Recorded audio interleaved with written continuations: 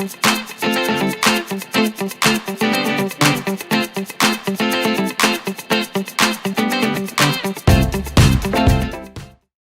dónde viene, cómo es o cómo funciona. Entonces, les voy a explicar un poco primero de anatomía para poder saber de dónde viene. El corazón es el órgano, la bomba que perfunde todo el cuerpo. Este se divide en 4 cavidades. Estas cavidades son aurículas y ventrículos. Estas son las aurículas y estos son los ventrículos.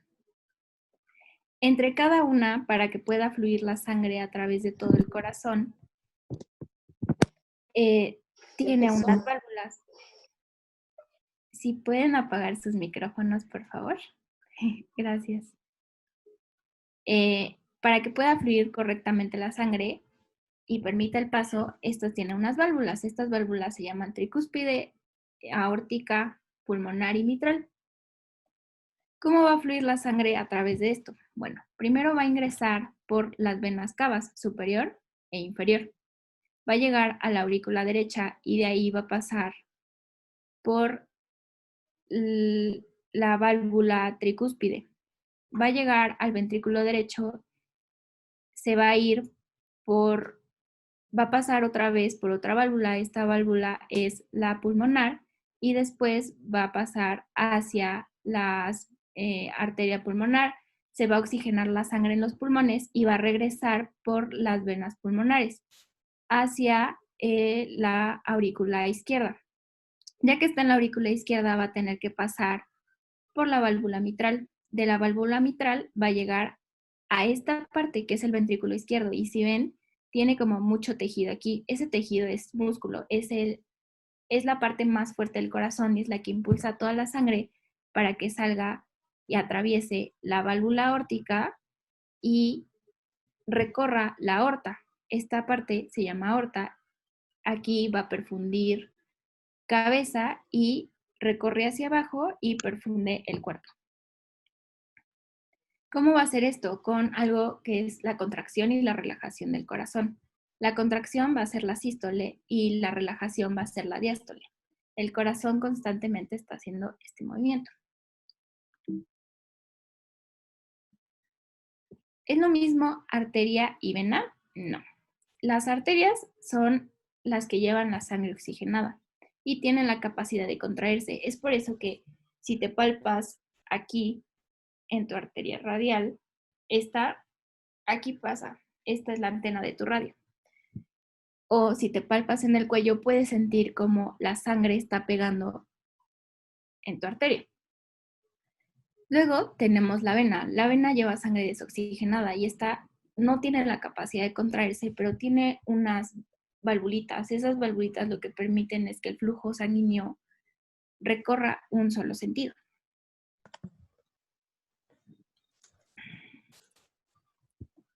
La presión arterial depende principalmente de 2 componentes, del corazón y del riñón. En cuanto al corazón, tiene el gasto cardíaco y las resistencias vasculares periféricas. ¿Esto qué es? El gasto cardíaco es el volumen de sangre que fue eyectado por el ventrículo izquierdo, que es el que les platicaba, que es el que lanza la sangre por la aorta y perfunde todo el cuerpo. En cuanto a las resistencias vasculares periféricas, es la fuerza que se opone contra el choque de la sangre. Y en cuanto al riñón, es el que ajusta la contracción de las arteriolas, que son vasos que se encuentran dentro del riñón y que pues contrarresta esta presión. Ya que sabemos qué es gasto cardíaco y resistencia vascular periférica, podemos hablar específicamente de la presión arterial. La presión arterial es la frecuencia cardíaca, es decir, el número de veces que tu corazón late por el volumen latido, que el volumen latido, resumido, pues es el gasto cardíaco más las resistencias vasculares periféricas. Si te preguntan qué es la presión arterial, pues tú puedes contestar que es la fuerza con la cual pega la sangre en la pared de las arterias. Es muy importante porque pues al final esto es lo que ayuda a perfundir todo nuestro organismo y la presión normal circula entre 120 y 80 en adulto. En cuanto a la definición de hipertensión arterial, estamos hablando de que la sístole, que es el número grande, va a superar el 120, es decir, va a ser de 140 o más, y la diástole, que es el número chiquito, eh, va a ser aún más grande que 80, es decir, de 90 para arriba. En cuanto a la epidemiología, tenemos que 1.8 billones de adultos en el mundo es hipertensa. Es más frecuente en mujeres y 25.5% de la población mexicana padece de hipertensión arterial. La mayoría de los mexicanos tenemos acumulados en nuestras arterias un 30% de grasa y cuando empezamos a sentir síntomas de hipertensión es cuando esta grasa aumenta un 70%.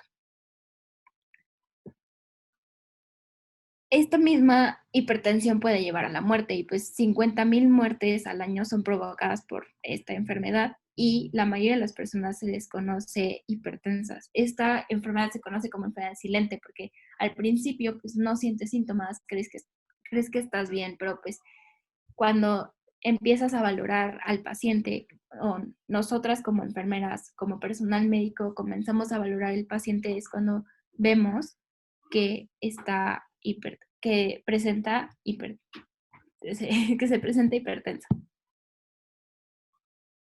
En cuanto a los factores de riesgo, estos pueden ser modificables y no modificables. Si vemos, los modificables son más que los no modificables. Esto es un punto a favor nuestro porque pues podemos llevar un estilo de vida mejor y evitar que esto nos ocurra. Eh, los modificables son tabaquismo, la diabetes, el sobrepeso u obesidad, el sedentarismo, el estrés, la hiperlipidemia, la ingesta alta de sodio. Todo esto va a afectar cómo tu presión arterial va a subir. Si tú modificas esto, si ingieres menos tabaco, si practicas actividad física, si ingieres más frutas, más verduras, si procuras tener momentos en donde te preocupes a ti y reduzcas el estrés, pues esto va a ayudar a evitar la enfermedad. En cuanto a los no modificables, tenemos que es mayor la tendencia en personas afroamericanas, en personas de edad avanzada, normalmente es de 50 años para arriba, y en el género que ya les platicaba antes, que es en la mujer. En cuanto a las causas, pueden ser primarias y secundarias. Las primarias son la obesidad, el sedentarismo, los antecedentes familiares y la edad. En los antecedentes familiares nos referimos a que mamá, papá tengan hipertensión. En cuanto a la secundaria, es que tú no presentes algún factor de riesgo, seas joven o que tengas algún antecedente de alguna cardiopatía o enfermedad renal y presentes hipertensión. En cuanto, metiéndonos un poquito más a fisiopatología, uno de los factores que puede causar que tengas hipertensión, y es lo que les platicaba del 30% y el 70%, es la aterosclerosis. A lo largo de nuestra vida, conforme ingerimos grasas y demás, se va acumulando esa grasa o colesterol en nuestras arterias. Entonces se van ocluyendo. Una arteria normal sería así, pero poco a poco se va a ir formando una placa y esta placa puede inclusive ser tan gruesa y tan grande que puede causarte un infarto. En los estudios normalmente vemos HDL y LDL, pero ¿qué es esto? El HDL es el colesterol bueno, high, y el LDL es el colesterol malo, que es low.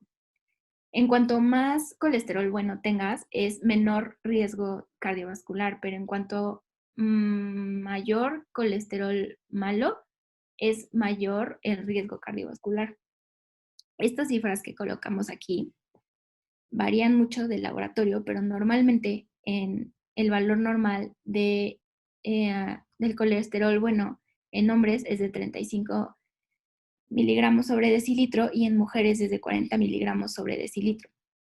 Y en general, el colesterol malo, para que no esté en un rango normal, sería entre 70 y 120 miligramos sobre decilitro. Hay una cosa que se llama sistema renina-angiotensina-aldosterona. al principio les comentaba un poco acerca de cómo es que el riñón y la contracción de sus arterias es lo que reduce aumenta la presión arterial. Entonces les voy a platicar muy leve cómo funciona esto. Su hígado va a producir una hormona que se llama angiotensina. A esta angiotensina se le va a sumar algo que se llama renina. La renina es una proteína que sale de su riñón. Al salir y juntarse, forma la angiotensina 1. Pero sus pulmones también van a formar algo que se llama enzima convertidora de angiotensina. Esta enzima convertidora de angiotensina, junto con la angiotensina 1, al mezclarse va a juntar angiotensina 2 y la angiotensina 2 es un vasoconstrictor, es decir, que hace los vasos más pequeños, por así decirlo. Entonces, al ser más pequeños va a aumentar la frecuencia cardíaca y va a aumentar la contractibilidad del corazón, es decir, va a comenzar a moverse muy rápido. Otro de los factores es la afección cardiovascular. Si por alguna cardiopatía hay algún problema en la contracción ventricular, este puede causar inclusive, aunque sea por otra enfermedad, que presentes hipertensión. En este GIF se puede ver un poco cómo es que llega la sangre por la vena cava superior, la vena cava inferior,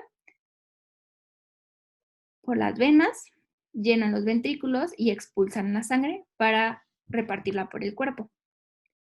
Estas lucecitas que ven aquí son el sistema de conducción del corazón. Este primero se llama nodo sinusal, se le conoce como el marcapasos del corazón. Después, aquí tenemos el nodo atrioventricular. Va a pasar la energía de aquí por aquí. Y después tenemos estas ramitas.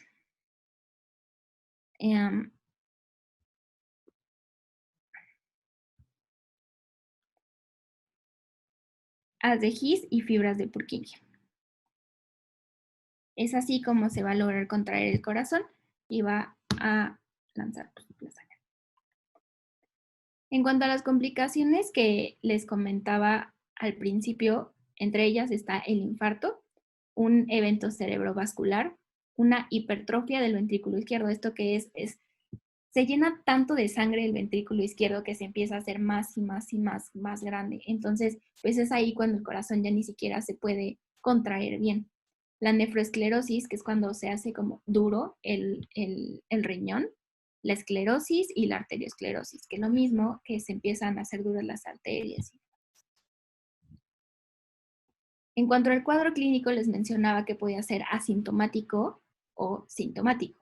Asintomático, pues realmente no sientes nada, tú vives tu vida normal, pero sintomático es cuando inclusive ya alcanzas cifras muy altas, los que les mencionaba al principio, 140, 90. Entre los síntomas que hay está la cefalea, que es dolor de cabeza, tinnitus o acúfenos, que son como un zumbido en el oído, es como un pip, y fosfenos, que los fosfenos es como si vieras flashes. Ahora les voy a presentar la técnica de la toma de presión arterial. Les voy a dar primero unos consejos y después ya les mostraré un video.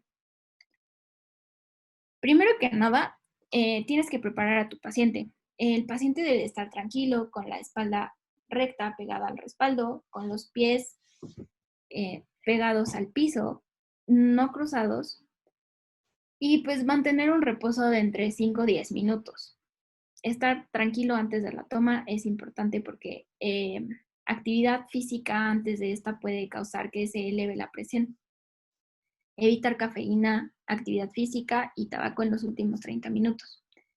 Es importante también no hablar durante la toma y también remover las camisas, chamarras o suéteres, porque si tú te lo subes puede llegar a apretar tu brazo, entonces eso también puede afectar la toma de presión. En cuanto al equipo, este se le conoce como mango y aquí es en donde está el baumanómetro. ¿Qué es lo que va a hacer? O sea, tú necesitas primero ver que tu equipo esté calibrado. Tienes que revisar que el mango sea adecuado para ti. Hay diferentes tamaños de mango. Normalmente creemos que nada más hay uno y con eso medimos a todos, pero no, hay para niños, hay para personas obesas, hay para personas, o sea, con el brazo más delgado y demás. Entonces es importante ajustarlo a tu medida. El mango debe de cubrir el 80% de tu brazo. De preferencia, justo aquí en el doblez, 2 deditos arriba y aquí que quede el mango. Como dice aquí, a la altura del esternón. Y debe caber un dedo por debajo del mango, porque no debe estar ni muy apretado ni muy suelto. Aquí, como vemos en la imagen, el estetoscopio está colocado más o menos a esta altura y el mango debe de estar por aquí. El estetoscopio no debe de estar abajo del mango porque si no, no vas a estar escuchando de forma adecuada la sístole y la diástole, que es lo que vamos a registrar en la presión arterial. En cuanto a la toma de medidas necesarias, debes de palpar el pulso radial, que es el que ya les había platicado, medir ambos brazos con una separación de 1 a 2 minutos y procurar desinflar 2 milímetros de mercurio por segundo. Tiene una perillita el baumanómetro y con ese lo vas a ir desinflando poco a poco. Entonces, a continuación les voy a mostrar un video de lo que sí y lo que no se debe de hacer en la toma de presión arterial para dejar más claro esto.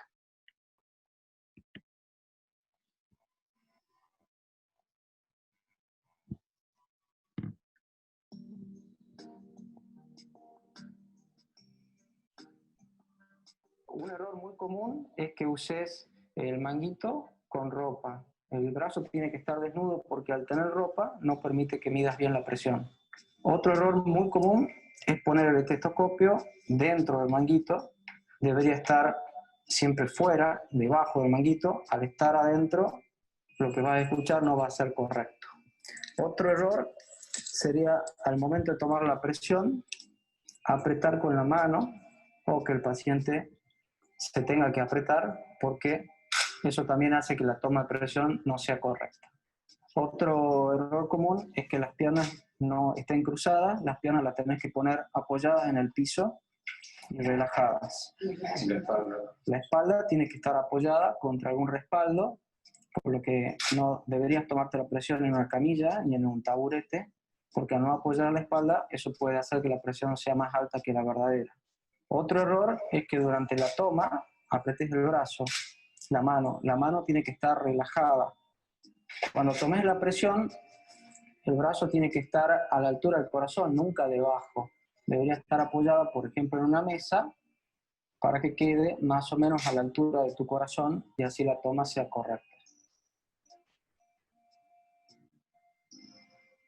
Para tomar la presión, luego de 5 minutos de reposo, con el brazo totalmente desnudo, apoyado en una mesa que quede a la altura del corazón, con el manguito del tamaño adecuado para el tamaño del brazo, con un aparato que esté validado, que funcione bien, se realiza la toma de presión arterial.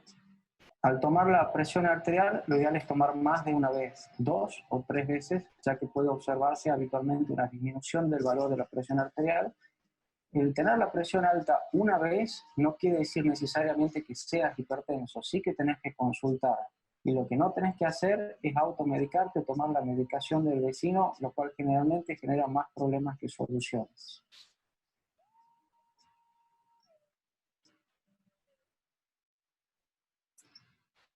Ahora sabemos que en general en nuestras casas no tenemos un baumanómetro manual, sino tenemos uno como el que nos presentaron en el video anterior y hay personas que se tienen que tomar la presión arterial solos.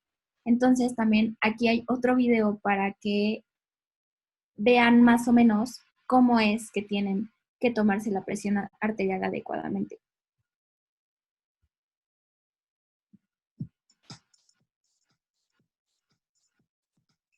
Checking your blood pressure at home is simple. Just follow these 5 easy steps. First step, You'll need to gather your blood pressure machine and blood pressure diary and a pen. Place a chair next to a table or counter. Second step, sit with your legs uncrossed and your feet on the floor and relax quietly for 5 to 10 minutes. Third step, place the blood pressure cuff on the bare skin of your upper arm with the bottom edge of the cuff a half inch above your elbow. The air tube should rest on the inside of your arm. Wrap the cuff snugly and rest your arm on the counter so that your hand is at about the same level as your heart. Press the start button. It's important to be still while the machine is working. When the machine is finished, the pressure will release and your blood pressure and your pulse will appear on the screen.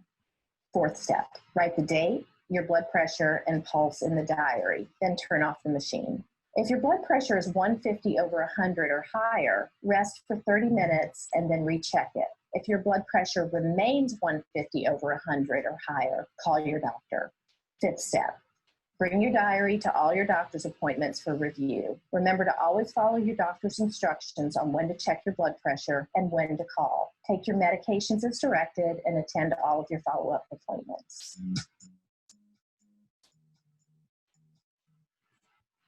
En este video es importante aclarar que el tubito tiene que estar descansando o tiene que estar justo aquí, donde doblas tu brazo. ¿Por qué? Porque por aquí pasa una arteria. Esta arteria se llama arteria braquial y es con la que vamos a sacar la presión arterial que tenemos en ese momento. También es importante que lleves un registro de la presión arterial de acuerdo a las indicaciones de tu médico. Y si conoces a alguien o tienes algún familiar hipertenso, pues también sería muy importante que lo apoyes y le des estos consejos o le enseñes estos videos, porque la primera causa de mortalidad en México son las afecciones cardiovasculares. Entonces, pues como les decía en un principio, tenemos factores modificables y no modificables y tenemos muchos modificables. Entonces, por eso es importante como llevar todo este seguimiento. Existe una clasificación que nos la otorga la American Heart Association, que es cómo debe de estar tu presión arterial y en qué categoría estás de acuerdo si tienes hipertensión arterial o no. Algo que hay que retomar del primer video es que el hecho de tomarte la presión arterial una vez y que tengas la presión arriba de 120/80 no significa que eres hipertenso. Esto se define de acuerdo a la toma de tres presiones o más en diferentes días y con los dos brazos, lo que les mencionaba en un principio. Una presión arterial normal es lo que ya les había aplicado, 120/80. Si está un poquito bajo, hay personas que no importa porque que no tienen 120/80. ¿Por qué? Por su composición corporal, son más delgados. Las personas más delgadas tienden a tener una presión arterial más baja y no hay problema. Todo esto cabe aclarar que es importante que tenga una valoración de un personal de salud, no porque eres muy delgado y siempre tienes tu presión baja, cuando tú te la tomas y nunca has tenido una valoración, pues ya puedes decir como que no tienes nada de la presión. Siempre tienes que ir con un personal de salud que lo valore. Una presión arterial elevada sería de 120/129 y en cuanto a su sístole y su diástole sería de menos de 80. Una hipertensión alta, nivel 1, sería en sístole 130/139 y diastólica 80/89. Como se dan cuenta, ya cuando empezamos a hablar de hipertensión es cuando tenemos cifras más mayores de 130 en adelante. Aquí mostramos algo que se llama crisis hipertensiva. ¿Y pues qué es esta crisis hipertensiva? La crisis hipertensiva es cuando tu sístole está arriba de 180 y tu diástole de arriba de 120. Esto es un problema porque tiene dos vectores, que sea una urgencia hipertensiva o una emergencia hipertensiva. Una urgencia hipertensiva es cuando no tienes un daño a órgano blanco. ¿Qué quiere decir órgano blanco? Un órgano blanco es ojos, es riñón, es cerebro, es el mismo corazón. Y una emergencia es que sí hay daño a un órgano blanco. Esto se puede desencadenar por la progresión de la hipertensión, por un incumplimiento del tratamiento o por un tumor renal. Aquí es importante aclarar que una urgencia hipertensiva se debe el objetivo es que se trata con medicamentos vía oral y la presión arterial debe disminuir en las primeras 24 a 48 horas. En cambio, una emergencia hipertensiva ya estamos hablando de que se requiere ingreso hospitalario, que se ocupan medicamentos intravenosos y que debe de disminuir la presión arterial en minutos o pocas horas después de haber tratado con IV, con medicamentos vía intravenosa. Hay tratamiento no farmacológico y farmacológico. En el no farmacológico podemos disminuir nuestro índice de masa corporal. Esto pues obviamente es con la dieta, con la actividad física e inclusive el reducir la ingesta de sodio ayuda a que tu presión se mantenga en 120/80 o si tienes hipertensión disminuya. Esto de dieta DASH. La dieta DASH está indicada únicamente para hipertensos. Esta se basa de frutas, verduras y lácteos bajos en grasa. No puedes decir un día que viste en internet, voy a hacer la dieta DASH, porque puede traerte más problemas después porque tú no estás pasando por el proceso fisiológico, fisiopatológico que está pasando una persona con hipertensión. Por eso es importante recalcar que la dieta DASH es únicamente para hipertensos. Actividad física debe ser al menos 30 minutos al día, 5 veces a la semana, para que puedas decir que no eres sedentario. Pero para poder decir que eres una persona con actividad física regular, debe de ser 1 hora mínimo al día, 5 veces a la semana. Y pues la moderación en el consumo de alcohol también afecta en la presión arterial. Cada uno de estos puntos va a reducir un cierto rango de milímetros de mercurio. Estos milímetros de mercurio es que si estabas en 140, puedes disminuir a 130 y así sucesivamente de acuerdo a conforme vayas cambiando tu estilo de vida. En cuanto al tratamiento farmacológico, normalmente vamos a ver estos medicamentos. Estos son los nombres genéricos con los que nos encontramos en la farmacia. De los más comunes son el propranolol, el captopril, enalapril, losartán, amlodipino y furosemida. Hay un medicamento aquí que me importaría aclarar que es el captopril. El captopril, uno de los efectos adversos que tiene es la tos seca. Esto se puede llegar a confundir con algún proceso fisiopatológico de los pulmones y no es así, sino simplemente es un efecto adverso. También por eso es importante llevar un registro no solamente de la presión arterial, sino también de los medicamentos que tomas o que te fueron indicados o que tu familiar tiene indicados. Porque a veces ocurren emergencias y tú no sabes qué se toma tu papá, qué se toma tu mamá, qué se toma tu abuelita, entonces, a ti te toca estar a cargo, entonces es importante que pues sepas que tiene tu familia y qué le puede llegar a pasar. Y pues cada medicamento tiene pues tienes que vigilar estos datos. Y pues eso sería todo. Les agradezco. Estas son las páginas de enfermería de la Universidad Panamericana si quieren saber más acerca de estos temas. Y también ahí estaremos publicando una imagen en las historias de Instagram en donde compartimos cómo es la toma de presión arterial en la casa. Súper resumido. Bueno, esperamos que les haya gustado mucho y que les haya sido de mucha utilidad. Muchas gracias por habernos escuchado.